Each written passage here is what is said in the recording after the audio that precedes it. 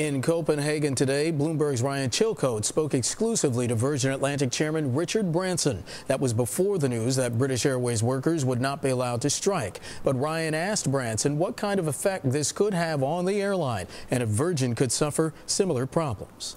A strike is a horrendous hit for any company, and obviously, you know, the image for the company is damaged. So, you know, it's a self-inflicted injury by both staff and management, and it's a horror story for an airline. Is it good for Virgin? Do you think that you'll pick up business as a result? You know, it's a time of year where our planes are full. We've tried to put on a few extra seats, but it will hardly make any difference to Virgin. The British paper suggests that your crews get at least a third what BA crews get. Are you afraid your crews could go on strike?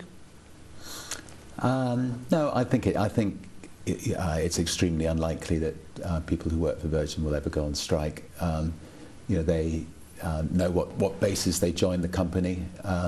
They're very happy, you know, staff that work for Virgin. We don't have the advantages that British Airways have of, you know, short-haul routes feeding their long-haul routes. So, you know, our profitability is, you know, is much less than BA's. And BA is not that great either. So I think there's something more fundamental is worth being pointing out here. I mean, British Airways are trying to merge effectively with American Airlines.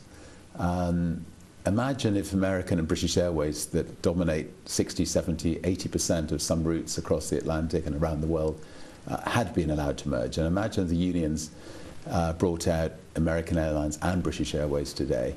You know, it would literally just, you know, paralyze the world. And I think the competition authorities who are trying to decide whether to allow BA and American Airlines to merge should actually look at this potential strike and also take that, you know, that into consideration.